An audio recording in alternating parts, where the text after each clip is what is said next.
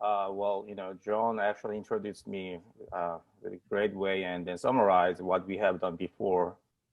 So, I think that can reduce my presentation time.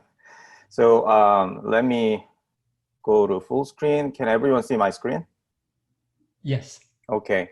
Hello, my name is Dongeun Lee. As John introduced, I'm with Texas A&M University of Commerce, and this summer I had the privilege to work in the week of the 10 weeks period this summer under a VFP program. My project title was a fast multivariate time series data reduction with statistical perspective. But the shorter title would be IDEALEM 2, because we have developed the IDEALEM a couple of years ago. And then this summer, a team, including me and Alex and John, were focusing on how to extend this so that we can incorporate multivariate time series. And then I think this is an important step toward extending original IDEALEM to IDEALEM version 2. So let me start. So here's a simple, brief research background. So we have been working on the topic of floating point data compression. And then I actually took the 3 different examples. The first one shown in the left top corner is floating point data coming from electric power grid. It could be current data or voltage value data. Another example is that some sensors, for example, temperature sensors, if you deploy multiple, I don't know, I cannot even count. Maybe if you deploy 50 different temperature sensors in some field, they all measure those temperatures in numeric value, right? Floating point. And also another example would be some brain data, also known as EEG data, or it could be ECG data if you are measuring your heartbeat or you're monitoring heart vital signals. So all of those these floating point data are very prevalent these days because of many applications. And if you look at all of those, you can see something in common. They have a lot of many random small fluctuations. So the thing is that if you take a traditional approach of data compression, they all kind of want to faithfully preserve all the small fluctuations, ups and downs of all the peaks and valleys. And then our research question actually started with that, do we need to really preserve all of those things? Maybe sometimes it could be relevant, but sometimes it could be not. Maybe we can sometimes ignore those kind of random noise if we treat them, only if we assume that we can treat them as noise. And then at the same time, we want to actually preserve some important patterns. And then maybe we can ignore all of those noises. Maybe we can achieve some sort of compression effect. So that was our the idea behind the developing IDEALEM. So around 2015 and 2016, when I visited the SDM group, the Berkeley lab, me along with John and Alex developed this compression technique, and we named it as IDEALEM. And then it actually stands for implementation of, well, Alex named it. Actually, I forgot the name. Yeah, but anyways, LEM here means the locally exchangeable measure. So it's actually based on exchangeability of random variables. So the concept is that, like I mentioned in the previous slide, we want to achieve the best of both worlds. Here, both worlds means the lossless compression and lossy compression. So we wanted to losslessly store interesting information, and at the same time, we want to lossily store noisy fluctuations. So if you lossily store noisy fluctuations, you can actually have a compression effect a lot. And by losslessly storing interesting information, you can actually preserve all the important details in the original data. So here, this left-hand side, we have a toy example. It's actually consists of 64 different values, and then they are all floating point. And then the IDEALEM's operation is very straightforward. You just divide it into many data blocks with a fixed size, and then you compare it against the other blocks. So that's all. So for example, in this toy example, first data block, because we don't have any reference in the past, you gotta store this block as it is. And second block, if you compare the second block's pattern with the first block, well, statistically speaking, if you draw their PDF, they kind of look the same, similar. So similar, I'm gonna define the similarity in the later slides. So by the way, third block, in terms of statistics, well, statistical property is not so similar. So we're going to store third block as is in the compressed string. The fourth block is also similar to first or second block. So if you represent this using this this looks like Bayesian graphical representation, and then you can actually represent this way. X means the data blocks. So our first block, second block, fourth block are all the same. And then we assume that they can be all represented by something latent variable behind. And we call it theta 1.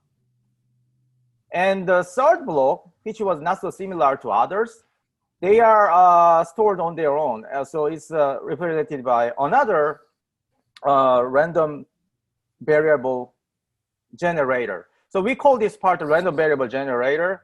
So the compression is achieved in this way. If we just take these latent random variables behind, which generates all of these possible data blocks, theta 1 and theta 2, then we can actually reduce the size of original values. And that's how compression works here. So it's pretty simple. And then I told you that in the previous slide, I just vaguely assumed that, well, there's some similarity, there's some similarity. Then what does exactly similarity mean? I briefly mentioned in the introduction that most compression algorithms these days are based on Euclidean distance. And there is actually a clear reason why they are doing so. Because, for example, for image compression, still, SNL, PSNL, peak signal to noise ratio, those metrics are really important, and they are all based on Euclidean distance. In other cases as well. So Euclidean distance, we are very familiar with this distance metric. So no wonder they are using it. And if you use Euclidean distance, you need to preserve all the, but when you actually want to apply Euclidean distance for floating point compression, we believe that the biggest challenge is that I told you that there are in the floating point data type, there are a lot of small random fluctuations. And then if your compression algorithm is based on Euclidean distance, your algorithm should try to preserve all the peaks and valleys of a small random noise, which can be actually ignored at certain scenarios. So we wanted to take a different approach. And then I think this approach is kind of bold. So it's so bold that some people accept this departure, but some people are very against it. So yeah, it's actually our responsibility to make this IDEALEM to give it more justification in the future. But when we actually developed this IDEALEM a couple of years ago, we actually assumed a statistical similarity measure instead of Euclidean similarity, or in other words, Euclidean distance. So similarity of two random variables, what we have used as a metric was Kolmogorov-Smirnov test at the time, and it's simply called the KS test. So how it works is pretty much straightforward. Because, let me go back to the previous slide. Because when we want to compare the current data block with the previous data block, we are taking this statistical approach. So you have two empirical probability distributions. In other words, you have two empirical CDF, cumulative distribution functions. And if you draw them in this graph, then you can actually see the distributional distance between these two different data blocks in terms of CDF. And then what KS test does is that it tries to find the maximum distributional distance between them.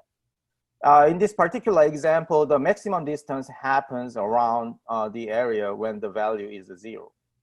Okay, so this is actually KS test. So for this summer, our research question was basically this. We want to extend the original IDEALEM to multivariate data reduction because obviously the current IDEALEM was designed to only handle univariate data. So multivariate data here means that if we can do something like multivariate data reduction, that actually means we can handle multidimensional data and multimodal data. And by the way, current IDEALEM ignores some relationship between some correlated device readings or sensor readings because it is based on univariate KS test.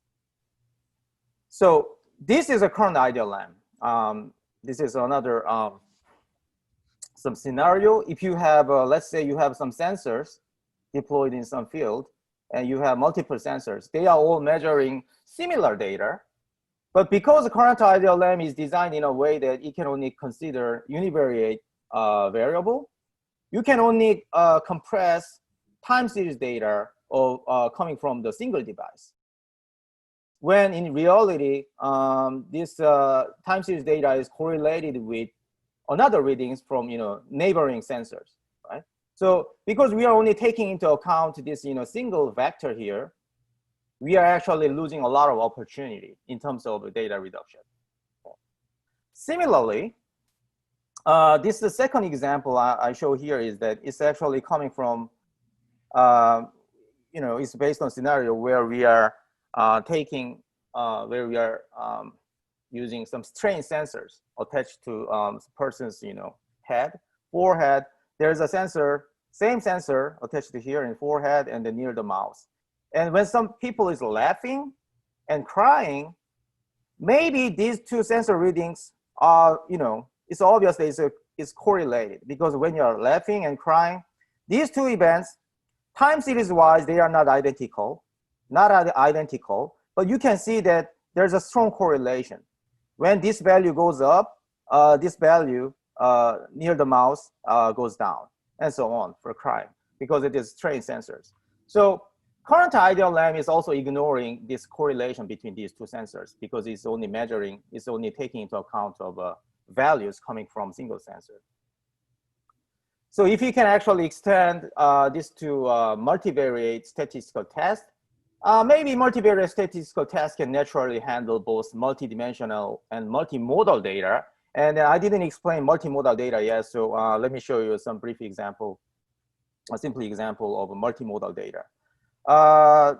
This I took from another paper published in, I think it's a transactions on mobile computing or something. So let's say we have acceleration sensors here. First 3 rows are acceleration sensor. Second 3 rows are gyro sensor, and we also have pressure sensor, temperature sensor, humidity sensor. These are all multimodal: pressure, temperature, humidity, gyro, acceleration. But as you can see, those sensor readings have some correlation. If you are measuring some physical phenomenon, then although they are measuring different types of value, they should be strongly correlated. So maybe in IDEALEM 2, if you can extend that to multivariate data reduction thing. So if we are extending our original univariate design into multivariate design, we can not only handle multidimensional data and multimodal data. That was the research motivation for my summer research. So because the original IDEALEM was designed based on univariate KS test, the natural question would be that, hey, why don't you just use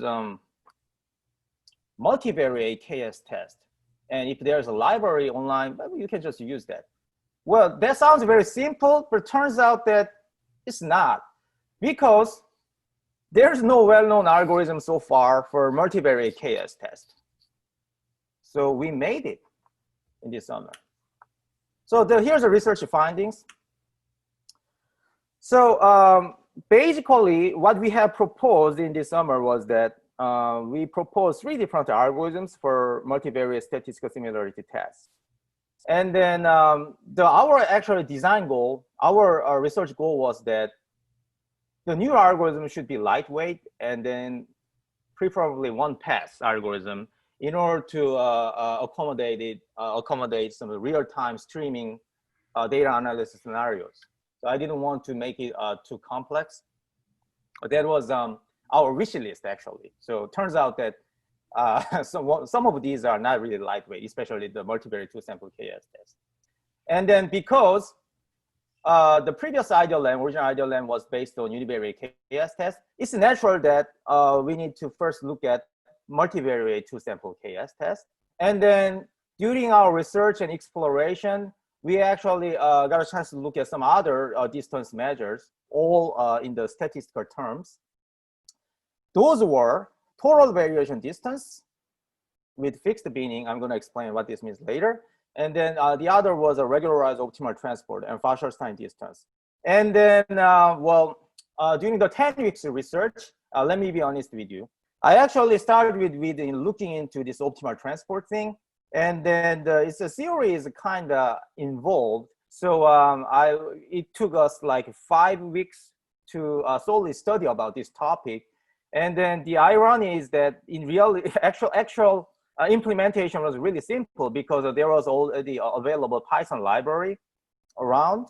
So we used it. So implementation was really simple, but studying this topic was took me some time. Whereas this multivariate two-sample KS test, because I already thought about this in the last year and maybe years ago, so it was took me some time, but not that hard to solidify my theory. Total variation thing was it's based on very simple idea. So the implementation and the theory part was not too bad. So once again, 3 algorithms were developed throughout the summer, and then basically all of those were attempts to extend the original IDEALEM, which can only take into account of univariate variable, into multivariate statistical similarity test. Okay, let me first start with the multivariate KS test. So to give you some idea, let me start with the bivariate case. Okay, what's the difference between univariate case and bivariate case? Univariate case, you only have one random variable, whereas in bivariate case, you have a 2 joint probability distribution or something. So let me give you some toy example in the 2-dimensional plane. Let's say our 2-dimensional data looks like this. Okay? This is, let's say we are running IDEALEM 2, and then it takes 2-dimensional input. First input was 1, 4, 2, 2, 4, 3, 5, 1, 6, 5.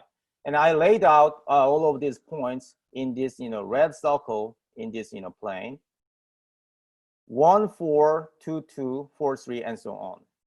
And then let's assume that our distribution 2 looks like this: 1, 2, 2, 4, 3, 6, 4, 5, 6, 7. So here we have 1, 2, 3, 4, 5 different red circles. The thing is that if you draw the CDF of the distribution 1 in 3-dimensional way, it's going to look like this. It's basically step function, like we have seen the step function in the original KS test, univariate KS test. We have step function. Now I draw step function in this 3-dimensional plot, surface plot. So we have steps, actual steps here. And then because this is empirical CDF, the maximum value should be 1. And then the question is that how can you find the distributional distance, especially maximum distributional distance between distribution 1 and distribution 2? In order to do that, we need to consider something weird thing, because this actually didn't happen in the univariate case, But we need to consider something called intersection points. Intersection points is defined in this way. Let's compare our 1, 4 and 2, 2 here. Our x coordinate 2 is actually larger than 1. But my y coordinate for 2 is actually not larger than 4. In this case, we call it, it's not actually completely dominating the first thing. Whereas, take a look at this case. 2, 4 and 4, 4. 2, 4 here and 4, 4 here.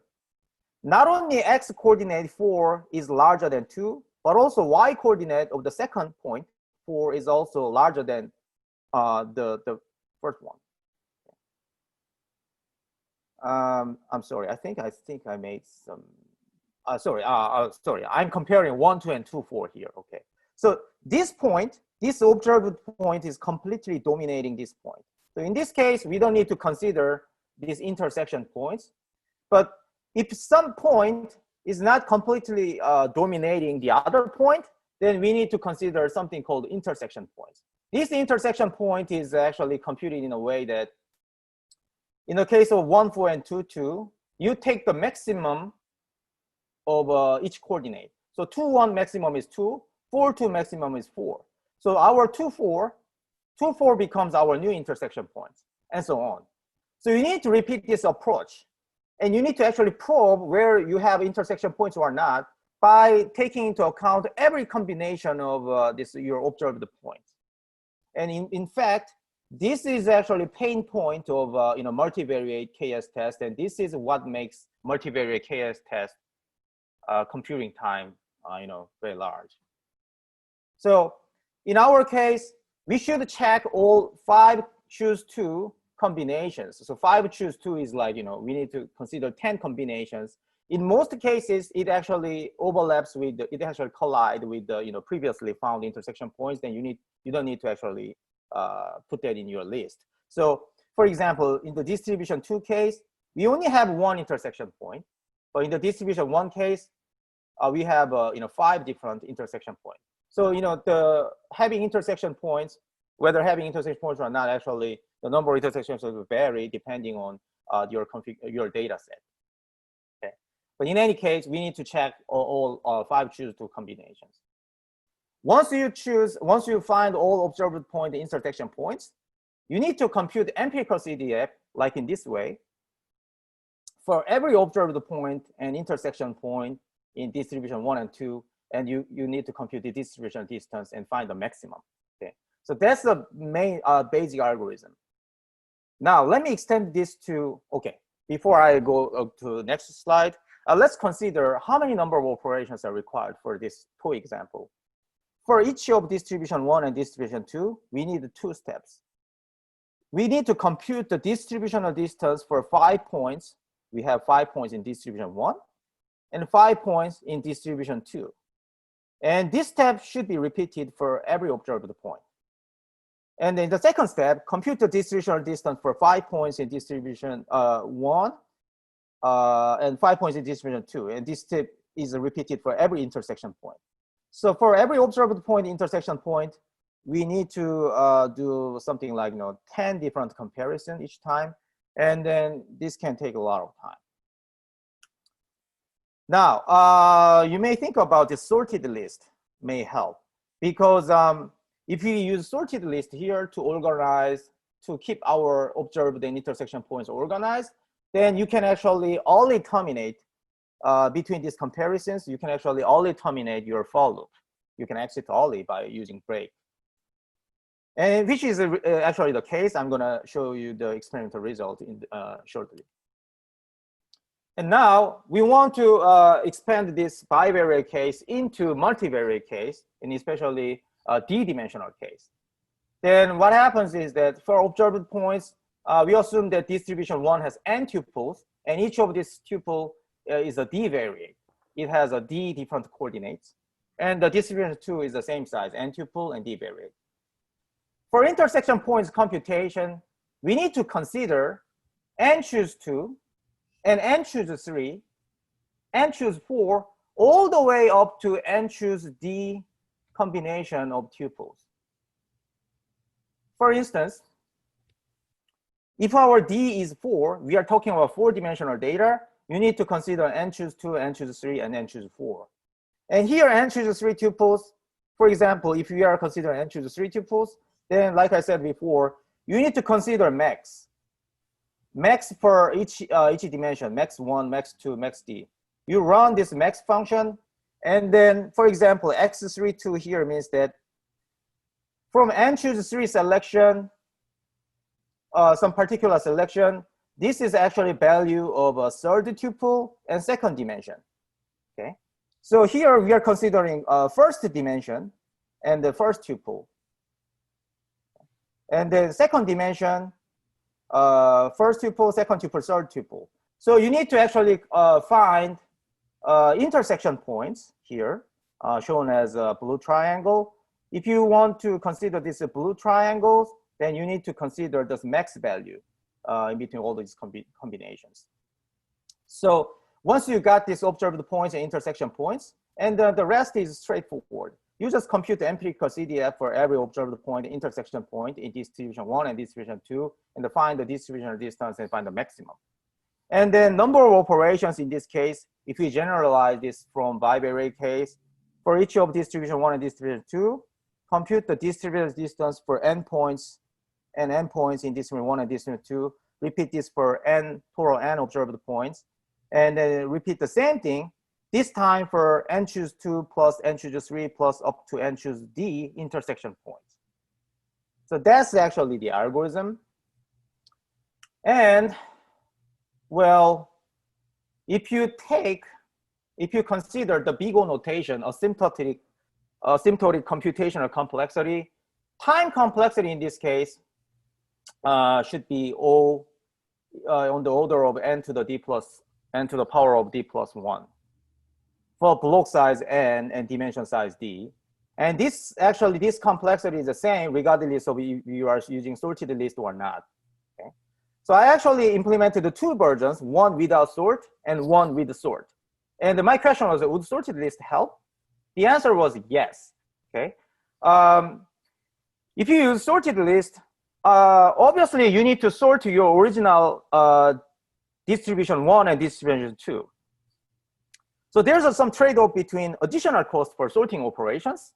You know, we all know that sorting operations is O n log n.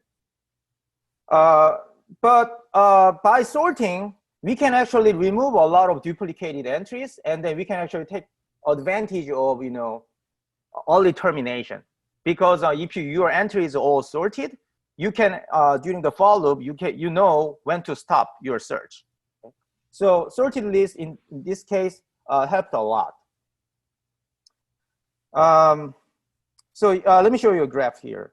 Unsorted version of a multi-KS test looks like this, and sorted version looks like this. This vertical axis is actually elapsed time, and then horizontal axis is varying dimension. So I tested from second dimension to 2 dimension to 6 dimension, but I should stop here because before 6 dimension it simply took too much time. So it was kind of unfortunate. So it takes a lot of time when n was fixed sample data values, number of data values was 50. So sorted list actually helped. And then if you are wondering why the complexity is O n, why sorting complexity is O n log n, not O n D log n, when our data actually consists of multidimensional data. That's actually because the nature of our floating point data. Let's consider this case, 1.3. We are actually basically comparing, if we, in this case, in a 4-dimensional tuple, 4-variate tuple, you are actually comparing these kind of values. In the string search, if you are sorting strings in lexicographical order, maybe list of strings or something like that, then maybe hello versus hella, because first 4 character is the same, you know, we should actually compare this up to this, you know, 5th letter, right? But in the floating point case, you know that none of these value should be the same. It's really,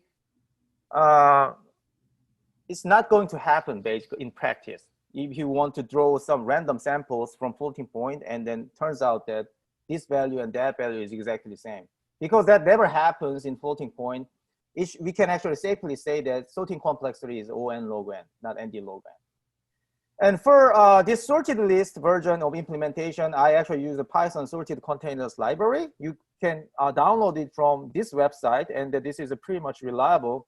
Good news is that NERSC already has this thing installed in their default Python package, because I think so many users are using it. You don't need to actually pip install it yourself.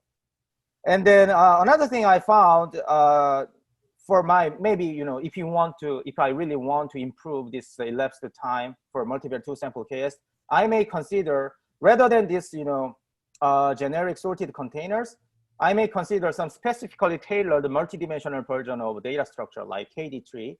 So if you use some specialized data structure like KD3, it may still speed up this multidimensional computations further. So this is something like my laundry list, if you really wish to push this to the limit. But as you will see later, the elapsed time is it was way too slow. So I think I cannot use it unless there's some justification. Okay, so next up is the total variation distance. I think I have used a lot of time already, so I need to speed up. So there's another concept in the statistics called the total variation when you want to compare two separate distributions. Basically, total variation distance is defined in this way. I want you to first focus on this one. If you have a distribution 1 and distribution 2, and basically what total variation measures is that this kind of sort of like optimization problem, maximization problem, you want to find from your omega sample space, you want to find the subset that gives you the maximum difference between these distributions. For example, if you have a first distribution named mu and the second distribution named nu, and they look like this, okay? You may want to find subset S that gives you maximum difference between these two. Then that subset should be this area, E. Okay? Because if you choose this, then you can get your maximum distribution distance happens here. This region called 1, and this 1 is actually total variation distance. And then you can observe that this 1 and this 2 is actually mirrored. So their area of 1 and area of 2 is actually same, exactly same, because they have some symmetry. So good news is that you don't need to actually consider this combinatoric nature of optimization problem, because actual computation should be in this way. You simply take the absolute value of difference for each individual sample space. You compute the absolute difference between this. You summate all of those values over omega domain, sample space domain, and you just you divide it by 2, and you get the same quantity. Okay? So total variation distance is easy to compute. But this total variation distance is relevant. It's kind of meaningful only if you have your support. This is called the support. Your omega space for distribution 1 and omega space for distribution 2 is the same.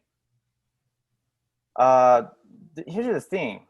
Our IDEALEM application, we are considering floating point data. And then let's take a look at these cases.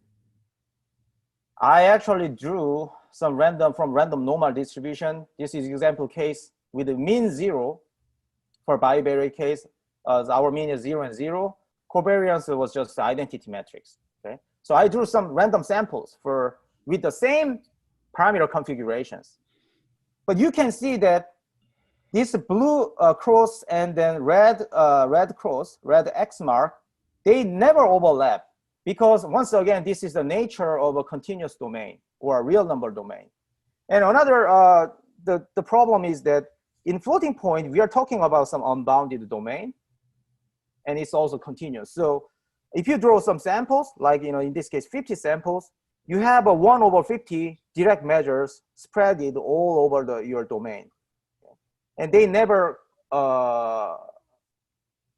correspond to each other, like we have seen in the previous case, because their support is totally disjoint with the other support. So if you compute the total variation distance in this case, it should be always 1. So if your total variation distance always output 1, what's the meaning of using this total variation distance? Okay. So we actually have considered to fix this problem. We need to actually some grid type approach, like fixed binning approach, where I create a fixed grid.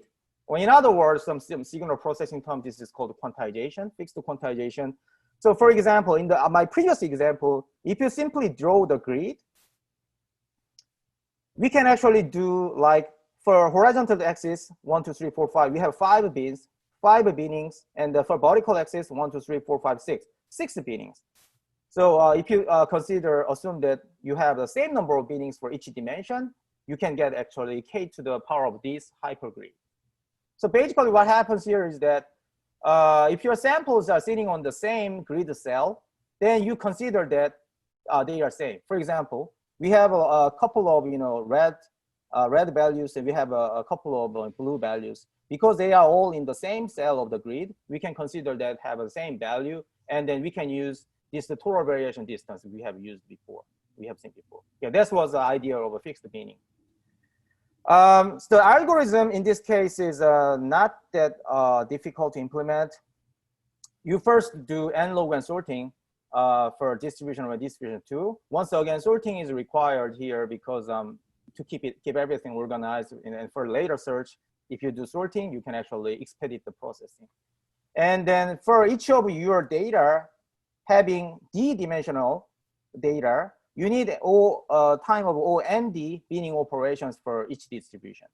Okay? Once you have done binning, you can actually compare between distribution and distribution 2. And then, in fact, in your actual algorithm, you can actually combine these 2 steps in order to expedite the processing computation. Here, comparison is like, if you think about this, when distribution 1 and distribution 2 are, even after quantization, if they are very, very different, it's going to take ON squared time because there's no match. And then you don't need to actually look at each of dimension because they are all different. But when every sample matches, your computational complexity is actually changes to OND.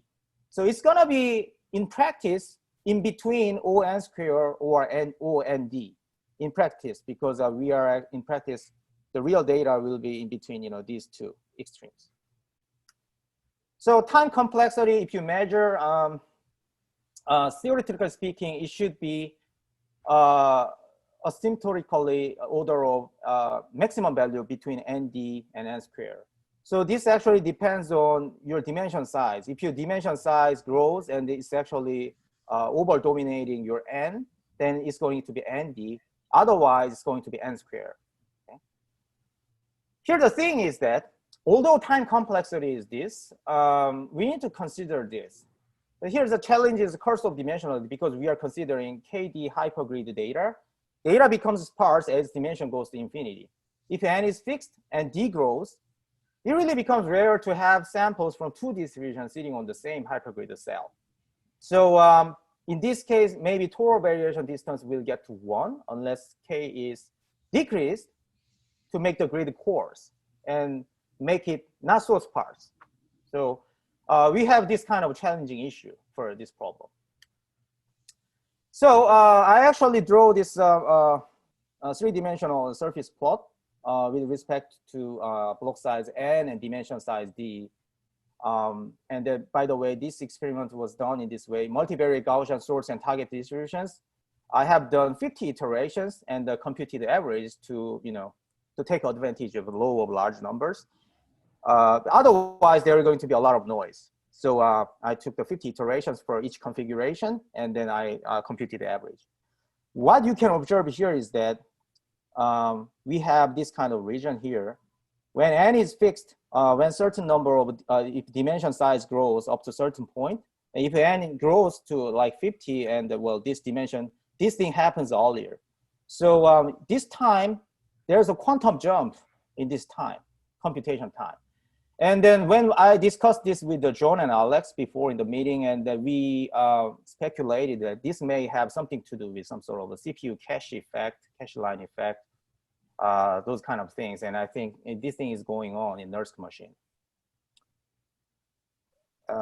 So that was some findings. And then let me go to optimal transport. I'm running out of time. By the way, there's a great lecture. You can find this all of these slides, and then set is from this source. So basically, what is optimal transport? This is our third algorithm proposed. It is basically finding a most efficient way to move one distribution to the other distribution. And if you know how to move distribution, if you know the way how to move distribution from one place to the other place, then it's natural that you also know the optimal transport distance between them. And then let me briefly explain it. What it does is that if you are given with two distributions, mu and nu, what I want to do is that I want to move this red distribution into this blue distribution. And in doing so, I want to find the most efficient way. By most efficient way, I mean that if you consider this distribution is some sort of a dust or earth, and you are actually, contract workers, you need to actually manually shovel this earth and then move this earth to the different place. Then you want to naturally minimize your labor, right? So that's basically the idea behind optimal transport, and hence the name is optimal transport. Basically, you want to find, don't be please bother with this operator. It's called a push forward operator, but it's not really relevant here. If you have some position x here, and you want to find some function mapping tx. So if I have this tx function mapping, if I know how to move this one place to the other place, that's our distance. And then for each distance, it's also relevant to how much earths are there, how much amount of earth is there. So if you multiply these two quantity and you integrate over this entire domain, then you get your entire labor. And you want to minimize your entire labor. That's optimal transport. Here's the discrete version. And a Soviet mathematician named Kontrovich developed this during the World War II, era of World War II. And then this is sometimes called the Kontrovich relaxation. The big difference is that between left side and the right-hand side, and the problem is that left-hand side, the original Monge's problem, who's a French mathematician, this is a continuous domain, whereas Kontrovich problem, this is a discrete domain. Another big difference is that in the original Monge problem, we only considered whenever there is some specific location here, and we want to move this to another place, we need to move entire amount of dust to one location, which is not the case here. We can actually relax this. So maybe, hey, I wanna move just 1/3 to this location, 1/3 to different location, 1/3 to different location, and so on. So there was some relaxation. And because this is a discrete version, you can have a distance matrix between the red distribution and blue distribution, and then you have this distance matrix and square matrix, and you can also get the transportation matrix. Transportation matrix here is the, sorry, there's a phone call. Can you all still see my screen? I was interrupted by a phone call. Yes, we can still see your screen. Yes. Thank you, thank you. Okay, so here's the thing. Still see your screen. Yeah, let me speed up. Okay, so we can actually break up in Kontrovich relaxation. We can break up this entire original amount of dust into many possibilities. And then these probabilities are represented as a joint probabilities. And we have this constraint, and the problem is the same. You want to minimize your labor. So that was optimal transport idea. And then if you mathematically speaking, what we have seen in the previous case, the Monge problem was this, but the Kontrovich problem is this. In the Monge problem, you want to find the optimal mapping, optimal function. But in the Kontrovich relaxation, you are interested in finding joint distribution. And because you are finding this joint distribution, infimum of this joint distribution, and then it can be represented as finding expected value of your cost function. Okay. Here's the good news. This original continuous version of Monge problem and then relaxed version of controversy problem, although they look different and you think that this is a more flexible and generalized version, once you solve this controversy problem, the solution is actually between these two is exactly the same. And when this controversy problem converges, it is the same, it is actually reduced down to original problem. So actually that's a good news. And so Monge problem and controversy problem is equivalent. And what is the Wasserstein distance? Some people call optimal transport in different name, Wasserstein distance. It's nothing but this quantity. The Wasserstein distance is some sort of some specific distance if you consider the raise the power of P for each distance, and then 1 over P. So this quantity is exactly, has some relationship with the Wasserstein distance. Okay? So optimal transport and Wasserstein distance is used interchangeably. In our case, in IDEALEM 2, because we are considering discrete data, and then we have seen some cases of floating point data dispersed in the two-dimensional or multi-dimensional plane. We have direct measures dispersed here. So red distribution, source distribution, we want to move red distribution to this blue distribution, target distribution. And how to solve this controversy problem? Maybe at this point, you may think about linear programming. And if you thought about linear programming, yes, you're right. The original way to solve this optimal transport is linear programming, which is very complex. It's O(n) cubic square, O(n) cubic log n complexity. So it's very complex. And then in order to solve this problem, you can add some entropy regularization term. And then this entropy regularization term, you can see here, minus gamma entropy actually does some magic. What kind of magic? It actually reduces your complexity from O(n) cubic log n to O(n) square, which is a good news. Another good news is that if you solve this original problem in a very exact way, using linear programming, your solution might be unstable. Here, unstable means that you can have many different solutions. So solutions are not uniquely defined in some corner cases. But if you add this regularization term, because your entropy is, as shown here, in one univariate case, your entropy has a very strong concavity property. If you add this term, your entire equation becomes concave as well, which is sometimes known as the property like Morse envelope. So you are actually enveloping, you adding this term, and then you are making your entire equation very strongly concave. So, and it actually depends on this gamma term.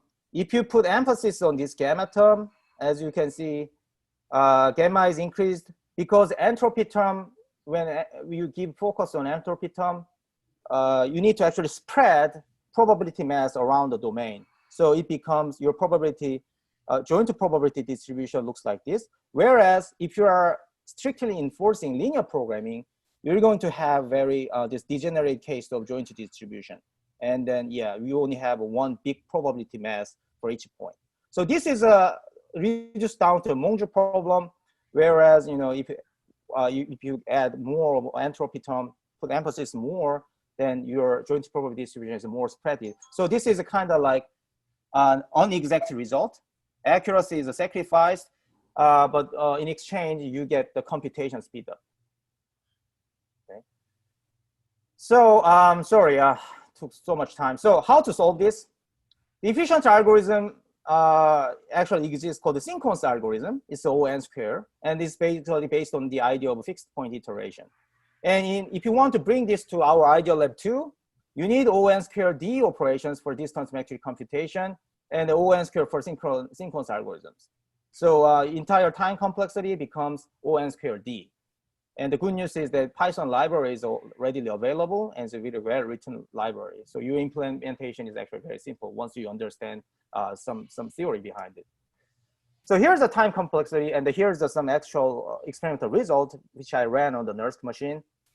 Same configuration as we have seen in the previous total variation distance case. You see, yeah, we see the same effect, and we suspect that this has something to do with some cache line. CPU cache. After this point, it goes to the main memory computation. So this is a big jump. And now let me compare 3 different algorithms I have proposed in this summer. Multivariate Two-Sample KS test. Well, this is a natural extension from original IDEALEM, but it's very slow. As you can see, it's even in the 6th dimension, this is order of more than 100 seconds. Whereas total variation distance with fixed binning, faster than KS test, and then time complexity looks like this. So it takes like around 3 seconds. Well, the case of 50 dimension, and then you have 50 samples. Regularized optimal transport is also, well, if you just look at this asymptotic complexity, this should be more complex than total variation distance thing. But in reality, it was actually fastest because you have order of difference. It's not even 3 seconds, it's a 0.06 in this region, 50 dimension and then 50 samples. So yeah, I think we need to look, there's some discrepancy between theory and then reality, because this just shows asymptotic distance. So the message is that we have found that optimal transport, regular optimal transport, is the fastest algorithm among all of those candidates. And then if the time allows, I also wanted to show another set of experiment, distance sensitivity, but I think I ran out of time. And then I finally want to thank DOE and then SDM group, and especially help from Alex and John. You guys were fantastic. Well, thank you very much. And then if I still have time, I'll be happy to take some questions. Well, I guess we're at the beginning of 11 o'clock. So if anybody needs to go, feel free to go. But otherwise, if you have a question or two for Dongeun, please go ahead.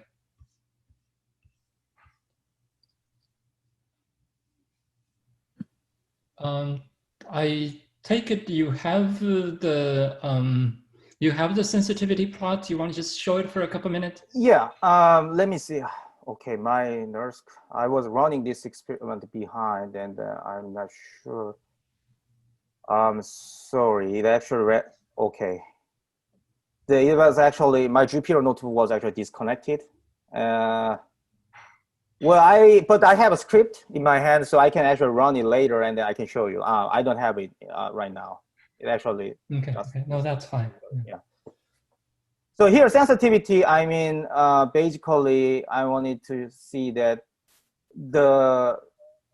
I wanted to actually plot the distance between using these 3 different algorithms.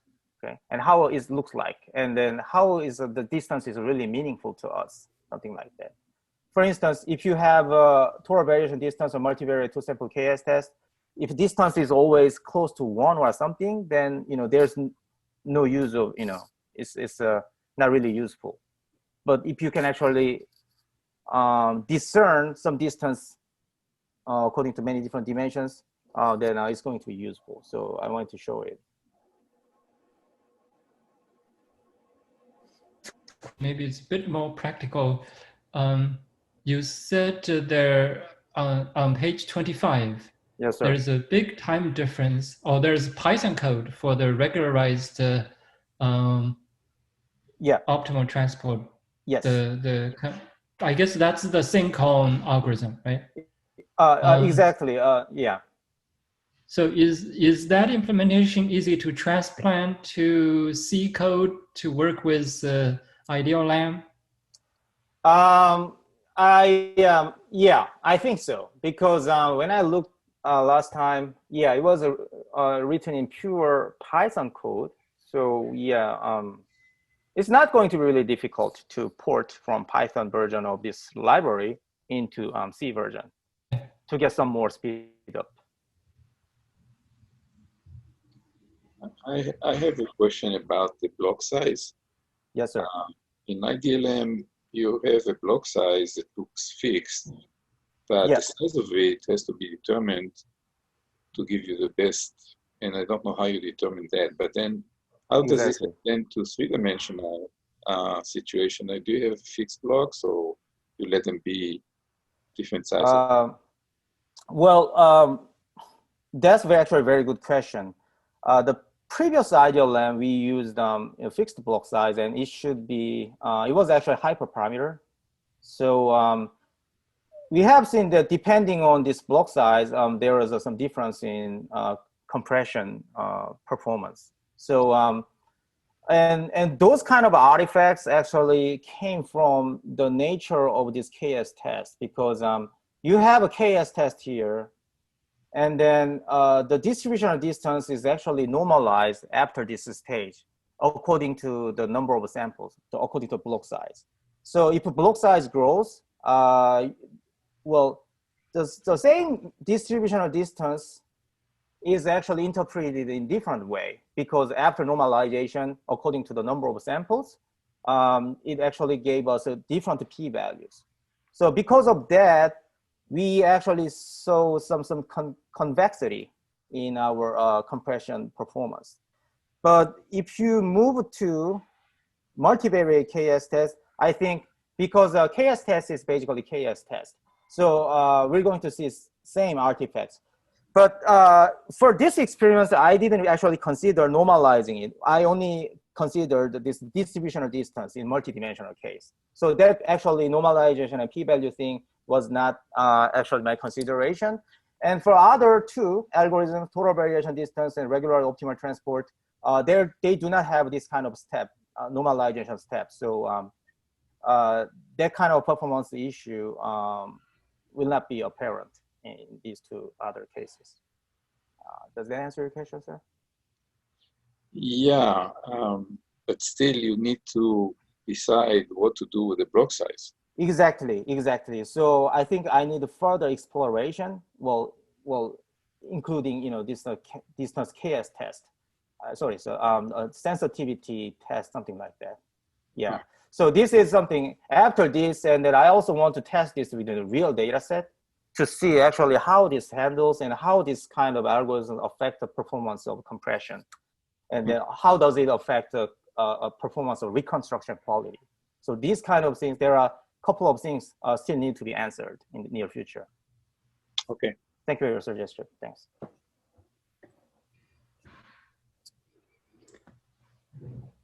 Any other questions? So,